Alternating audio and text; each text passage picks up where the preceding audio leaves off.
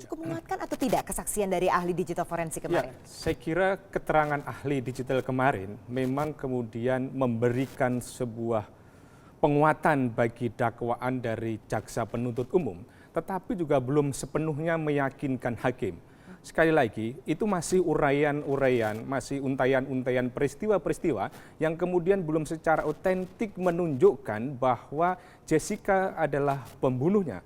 Yang semua itu adalah kembali kepada keyakinan hakim untuk mengambil sebuah keputusan dan kemudian menjatuhkan vonis atau membebaskan terdakwa Jessica. Karena memang semua keterangan ahli, keterangan saksi maupun saksi alat bukti yang lain itu adalah sifatnya mengikat, sifatnya tidak mengikat, sifatnya adalah bebas, semua tergantung pada penilaian hakim. Gitu. Kalau dilihat aja deh, untuk penilaian hakim, dilihat dari hasil CCTV yang kalau di zoom in itu sebenarnya juga pecah-pecah gitu, tidak memperlihatkan gerakan Jessica itu lagi ngapain gitu ketika dia berada di meja.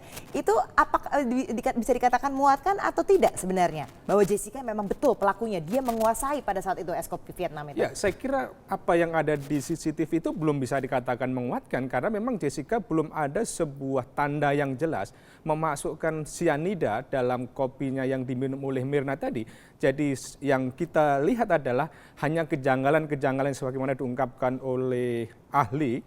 Ada yang kemudian menggaruk-garuk pahanya, kemudian bergeser tempat duduknya, kemudian menaruh di atas mejanya dalam rangka mungkin dianggap menutupi, tetapi semua itu masih sebuah asumsi-asumsi dan kemudian memang ada yang beranggapan keyakinan bahwa ini adalah betul Jessica pembunuhnya, misalnya kenapa celananya dibuang. Tetapi semua itu kan masih belum otentik kekuatannya sebagai pembunuh Mirna oleh Jessica tadi. Gitu. Oke, sebagai kapasitas seorang digital forensik begitu ya, bisakah dia menganalisa ini Jessica terlihat menggaruk-garuk kalau misalnya dihubungkan dengan kalau cyanida punya efek samping akan memberikan efek gatal begitu.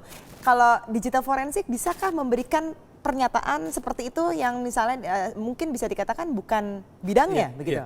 Ya, saya kira bahwa posisi keterangan ahli sebagaimana di pasal 184 KUHP itu adalah memberikan keterangan berdasarkan pengetahuan, berdasarkan ilmunya.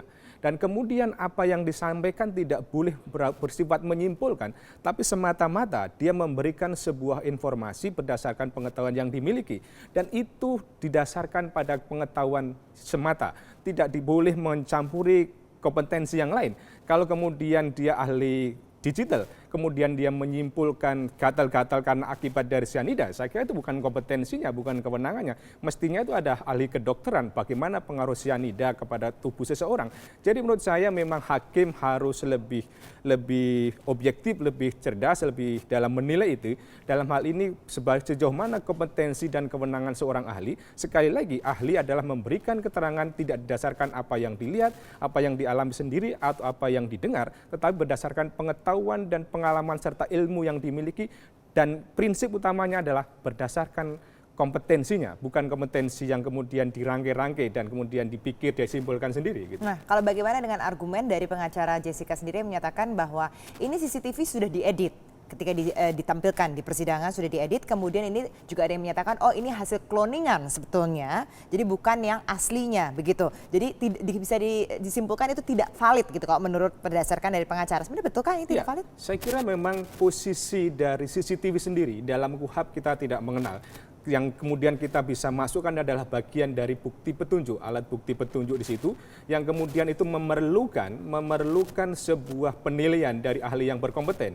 Dan kemudian apakah kemudian itu valid atau tidak, yang sebetulnya memang semua alat bukti itu harus divalidasi. Dan kemudian kalau hakim atau kemudian pengacara atau kemudian siapapun meragukan, memang sesungguhnya itu memiliki hak masing-masing. Tetapi menurut saya memang sebuah rekaman CCTV atau sebuah printer dari data-data elektronik itu memerlukan validasi, memerlukan sertifikasi badan standar yang kemudian itu benar atau tidak. Jadi menurut saya itu bagi Jessica dan pengacaranya itu bisa saja mereka melakukan sebuah pembelaan itu sebagai sebuah upaya untuk mematahkan fakta yang ada di dalam persidangan. Gitu. Tapi kalau misalnya menggunakan CCTV sebagai memang untuk mencari kebenaran, betulkah ada adegan ketika Jessica di situ memasukkan cyanida, itu berarti sah-sah saja dong? Boleh saja, itu sebagai sebuah alat bukti petunjuk yang digunakan oleh hakim untuk meyakinkan apakah dakwaan dari jaksa itu benar atau tidak. Tetapi kemudian memang itu memang apakah ragu atau tidak seorang hakim itu, atau kemudian itu diragukan oleh pengacara sendiri.